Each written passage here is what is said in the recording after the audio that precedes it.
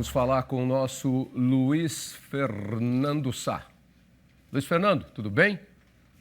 Olá, Tavinho, tudo bem e você? Tudo bem. Olá, Estamos aqui, ao vivo. Feriado, você também aí. Depois a gente aproveita para ocupar o tempo com outras coisinhas, um pouquinho de lazer, né, Luiz Fernando? Hoje é dia normal. Dia normal, eu também acho. Vem cá, você vai falar hoje sobre inteligência artificial no agronegócio. Eu lembro quando saiu aquele filme do Spielberg, IA, né? Todo mundo, o que é isso? IA, inteligência artificial. Isso vai acontecer mesmo? As coisas vão se movimentar sozinhas por si só, as conexões e etc. e tal. Enfim, mas já está acontecendo isso. Então é o IAA, Inteligência Artificial no Agronegócio. Não é o Instituto, não é o Instituto do Açúcar e do Álcool, IAA. É o IAA, Inteligência Artificial no Agro. Vamos lá, então. Então, vamos contar para a gente. Como você disse, né? A gente usa muita tecnologia aí cotidianamente, entende os benefícios, né? Mas muitas vezes não tem a menor ideia do que está por trás dela. Né? Isso é muito bom para as empresas que vendem essa tecnologia. Né? Significa que elas fizeram um bom trabalho, que desenvolveram uma solução que de tão útil não é nem questionada. A gente apenas adota e pronto. Né? Já para as startups, as empresas jovens de tecnologia, explicar o que está por trás dos produtos dela é uma exigência constante. Né? Os investidores, os clientes, os usuários, todo mundo quer saber como é que a mágica acontece, se aquele sistema é confiável, se é seguro. Né? É por isso que algumas expressões como machine learning e inteligência artificial têm sido cada vez mais comuns aí na prosa com o pessoal da fazenda. Né? As startups chegam, a minha solução aqui tem inteligência artificial, tem machine learning e tal. Né? Segundo um levantamento da Associação Brasileira de Startups, feito em parceria com a fabricante de computadores Dell, os sistemas de inteligência artificial estão por trás de cerca de 20% das novas soluções oferecidas pelas agtechs, pelas startups, aos produtores brasileiros. Né? É a segunda tecnologia mais frequentemente usada por essas empresas. A primeira é a aplicação de dados, que de certa forma está relacionada de uma forma direta aí com a inteligência artificial. Essa aplicação de dados está em 22% das startups, segundo o mapeamento Agtech 2021 da AB Startups. A questão é que nem todo mundo tem bem claro o que é essa tal de inteligência artificial, né? O que hoje está presente aí em várias atividades do nosso dia a dia. A gente tem lá o banco, que tem a personagem X para te passar uma informação, a operadora de celular tem a Cicrana lá que também te ajuda a responder as perguntas Y, a montadora de carro também tem um personagem, quer dizer, eles até humanizaram, né, a inteligência artificial, que era para a gente nem perceber que é uma máquina que está trabalhando por nós. Né? Então, de forma bem genérica e didática, eu vou tentar explicar o que de acha essa inteligência artificial. Ela nada mais é do que uma tecnologia que tenta simular, através ali de sistemas complexos, de algoritmos e de muita capacidade de processamento dos computadores, os mecanismos de aprendizado e de solução de problemas utilizados pelo nosso cérebro. A gente aprende também recebendo informações, observando, entendendo padrões, correlacionando com significados, né? Correlacionando fatos com efeitos.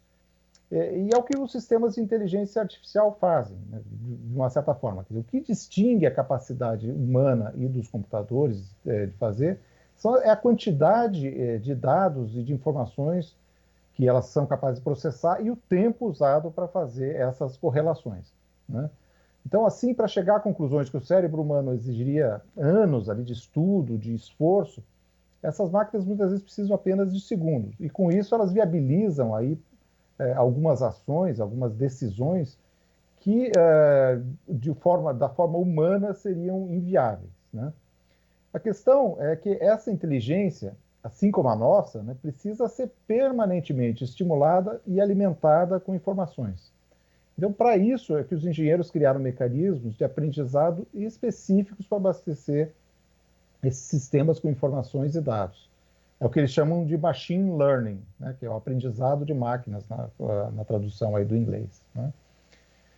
Para fazer esse aprendizado, esses sistemas precisam estar permanentemente conectados com muitas fontes de informação, né? Para cada solução buscada, são milhares de variáveis analisadas, padrões observados durante muitos anos, informações obtidas por sensores de campo.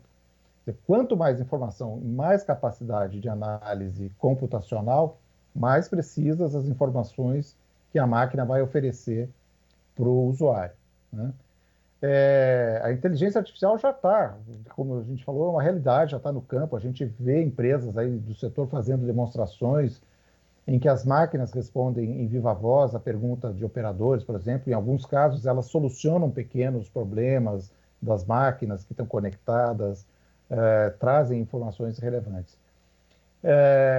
Mas tem muita coisa que a gente não vê também que já está sendo testada e usada. Por exemplo, análise de crédito dos produtores, né? Tem várias empresas aí, sobretudo as startups, que são com sistemas capazes de cruzar dados, analisar em poucos segundos o histórico, a vida bancária de um produtor, entender como é que ele produz, né, o histórico das safras dele, e a partir dessas informações aí de anos, projetar a capacidade desse produtor de honrar o empréstimo, né? Então, isso agiliza processos, permite oferecer até taxas mais baixas a quem é bom pagador.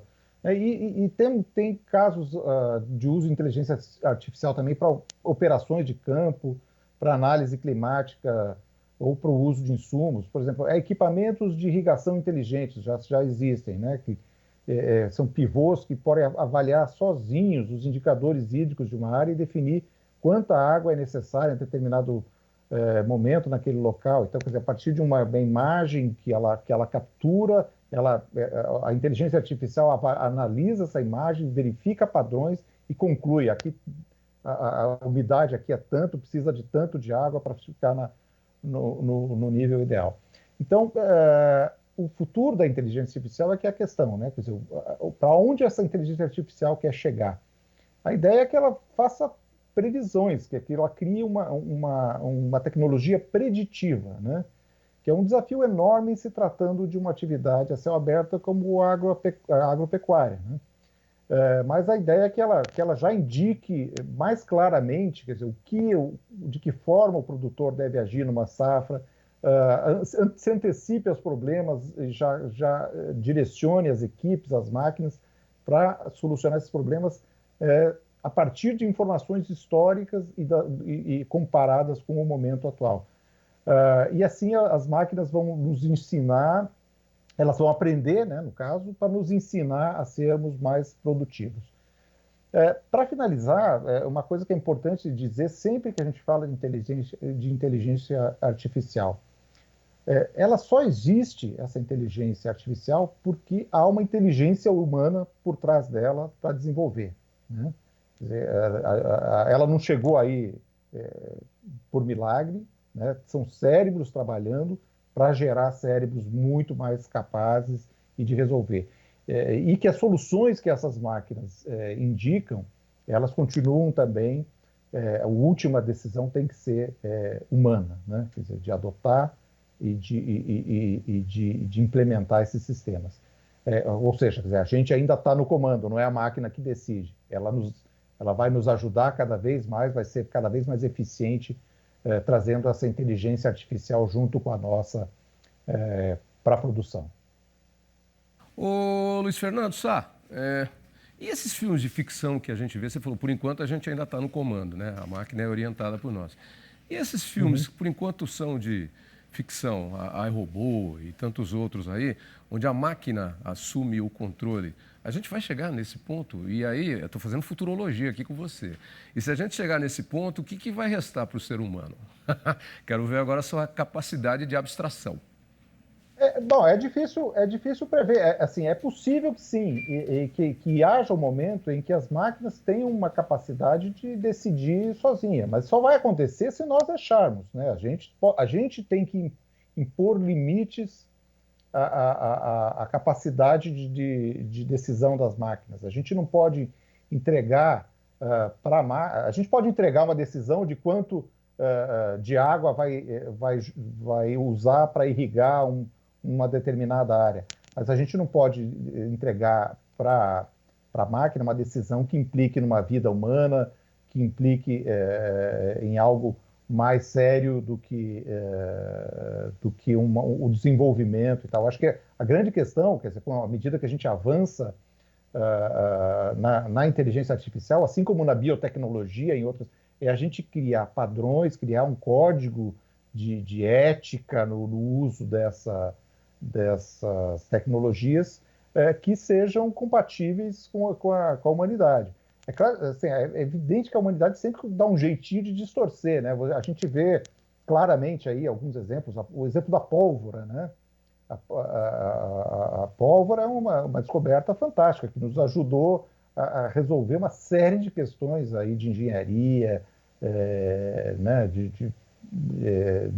Por uso cotidiano e que acabou se transformando num instrumento de destruição. De destruição, exatamente. Então, assim, a gente tem a capacidade de criar coisas maravilhosas, a gente tem que ter a capacidade de pedir que ela... É isso aí. E foi o que você bem disse, é a gente que tem que dar os limites para a máquina, porque a máquina não tem livre-arbítrio. Quem tem livre-arbítrio é o ser humano. E a máquina foi inventada pelo ser humano. Vamos lá. Foi só uma abstração aqui, um pouquinho de futurologia. Mas falando nisso, brincando um pouquinho, não confundir Machine Learning com Machine Gun, que é uma música do James Taylor e também era o apelido de um famoso assaltante dos Estados Unidos de bancos e que chegava com uma Machine Gun, uma metralhadora. É isso mesmo. Ok, Luiz Fernando Sá. Bom feriado, bom fim de semana e a gente se fala de novo sexta que vem. Um abraço. Um abraço.